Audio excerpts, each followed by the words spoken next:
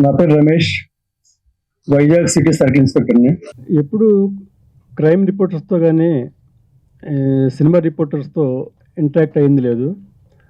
మన ప్రొడ్యూసర్ గారు బాపిరాజు గారి వల్ల నేను మీతో ఈరోజు ఇంటరాక్ట్ అవ్వాల్సి వచ్చింది. కానిస్టేబుల్ నిలిచిపోయా. వీళ్ళు వచ్చేసి వైజాగ్ సిటీలో చాలా క్రైమ్స్ చేసిన రౌడీ షీటర్. మన ప్రొడ్యూసర్ గారు రమ్మంటే రిమాండ్ నుంచి తీసుకొచ్చాను వీళ్ళని. చాలా సెన్సిటివ్ మ్యాటర్ ఉన్న రెడ్ బుక్నే కొట్టేశారండి వీళ్ళు. మా స్టేట్లో అల్లకొల్లోలంగా ఉంది. ఎంత బతిలానే నిజం చెప్పట్లేదు. చెప్పండి. నా పేరు కాకరోజ్ సారు. గాజువాకలో చిన్న చిన్న క్రిమినల్ కేసులు ఉన్నాయి సారు. నాకు ఆ రెడ్ డైరీకి సంబంధం లేదు సారు.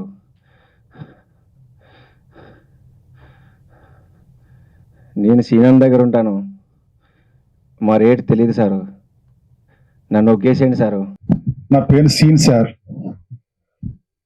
నేను ఎవరైనా చంపితే పట్టుకోసి బోటి తీసి అలవటం సార్ నాకు. అందుకని నన్ను అందరు గాజువాకలో బోటి సీన్ అంటారు సార్. మేము పోలీస్ రిమాండ్లో ఉన్నప్పుడు సిఏ గారు సుపారీ తీసుకొని మర్డర్ చేయమంటే మర్డర్ చేసి ఈ సిఏ గారు కదా సార్, అంతకుముందు అంటే ఆఫీసర్ గారు సార్. అంతేగాని మాకు మర్డర్ కేసులు సంబంధం లేదు సార్. మేము ఎప్పుడు దొంగతనం కేసులు చేయలేదు సార్. 4-5 మర్డర్ కేసులతో చేసాను తప్పితే కానీ దొంగతనం కేసులు చేయలేదు సార్ మేము. నా పేరు జానీ సార్. అమ్ముతోడు సార్. నాకేం తెలియదు సార్. అయినా నాకు చదవడమే రాదు సార్. ఆ ఎర్ర బుక్ గురించి నాకేం తెలుసు సార్. అయినా నాకు అమ్మాయిల తడతం తప్పించి అంతకు మించి ఏం తెలియదు సార్. అందులోకి మురుగు కొంపలు ఉన్న అమ్మాయిల జోలికి తప్పించి డబ్బున్న అమ్మాయిలు ఏ జోలికి పోలేదు సార్. అంతకు మించి నాకేం తెలియదు సార్. నన్ను వదిలేయండి సార్.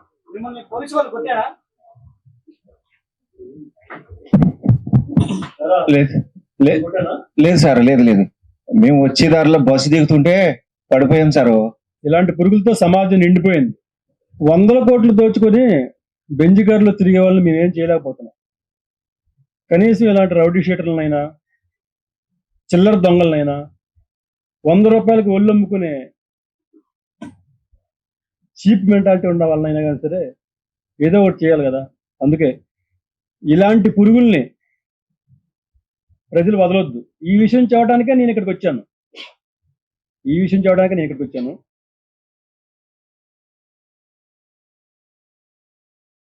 అందరికీ నా హృదయపూర్వక నమస్కారాలండి. మా డైరెక్టరు పి సునీల్ కుమార్ రెడ్డి గారు ఈ క్రిమినల్స్ మీద ఒక సినిమా చేద్దామంటే మొదట నేను చాలా భయపడిపోయానండి.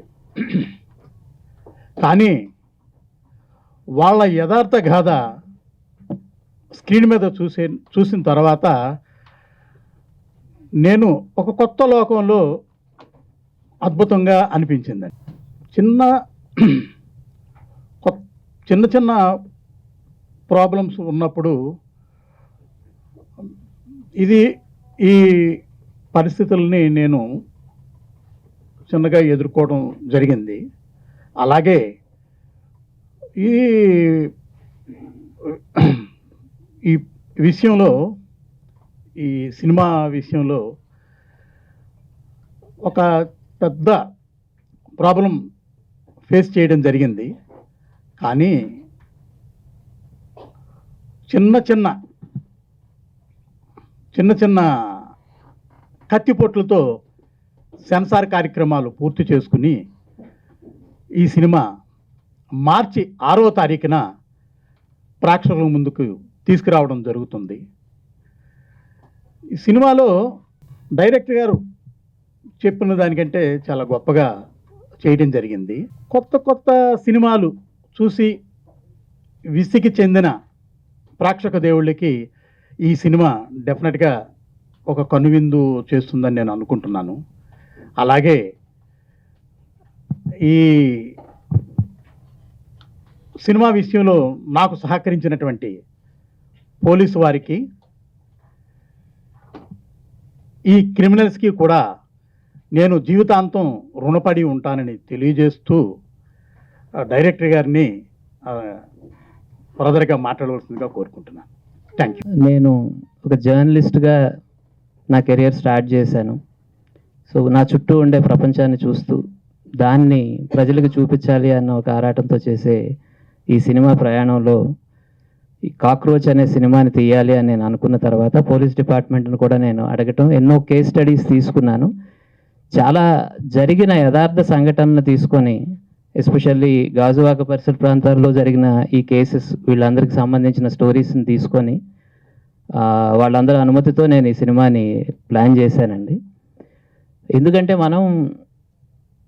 మన సిఐ గారు చెప్పినట్టు డబ్బులుండే వాళ్ళని వ్యవస్థ ఏమీ చేయలేకపోతూ ఉంది. చిన్న చిన్న వాళ్ళ మీద మన ప్రతాపం చూపెడుతూ ఉన్నాం. అంటే సీతాకోక చిలుకల్ని ఏమాత్రం హర్ట్ చేసినా కానీ మనం చాలా దోషుల్లా కనపడతాం. అదే కాక్రోచ్లను చంపేస్తే చాలా గొప్పగా ఫీల్ అవుతాం. ఎవరైనా 1000 కోట్లు కాజేసిన వాళ్ళని మనం ఏమి అనలేం, కానీ ఒక చిన్న పిక్ పాకెట్ని మాత్రం చెట్టుకు కట్టేసి కొట్టేసి మన కోపాన్ని అంతా చూపెడతాం. సో ఎప్పుడూ కూడా చిన్నవాళ్ళకి లేకపోతే చిన్న చిన్న తప్పులు చేసే వాళ్ళ మీదే మన ప్రతాపం అంతా చూపెడుతూ ఉంటాము. ఇంత హిపోక్రసీ ఉంది ప్రపంచంలో. కానీ వాళ్ళ జీవితాన్ని చూసిన తర్వాత నాకు చాలా కొత్త కోణాలు కనిపించాయండి. వాళ్ళ జీవితంలో ఉన్న అనుభవాలు కానీ, లేకపోతే పరిచయాలు కానీ, ప్రేమలు కానీ నాకు చాలా విచిత్రంగా అనిపించాయి. ఆ కథాంశంతో తీసుకొని ఒక అడ్డు రోడ్డులో ఉండే ఒక వేశ్యకి, ఇలాంటి ఒక క్రిమినల్స్కి మధ్య జరిగే ఒక బ్యూటిఫుల్ లవ్ స్టోరీని నేను చెప్పాలనుకున్నానండి, ఒక డార్క్ బ్యాక్డ్రాప్లో. రెగ్యులర్గా ఉన్న సినిమాలన్నిటికీ భిన్నంగా ఉంటుంది అని నేను నా ప్రొడ్యూసర్ గారికి చెప్పినప్పుడు ముందు భయపడ్డారు. ఎందుకంటే గ్లామరు, కోట్ల రూపాయలు ఉండే గ్లామర్ సినిమాలు మాత్రమే చూస్తారు ప్రేక్షకులు అన్నప్పుడు, లేదండి, నగ్నంగా ఉండే నిజాన్ని చూడడానికి చాలామందికి ఇష్టం ఉంటుంది. మనకు తెలియని ఒక ప్రపంచాన్ని చూడాలి అనే కోరిక చాలామందికి ఉంటుంది. చాలామంది సెన్సిటివ్ ఫిల్మ్ ఆడియన్స్ ఉన్నారు. వాళ్ళందరికీ ఒక మంచి సినిమా చూపించే అవకాశం ఉందండి అని నేను చెప్పాను.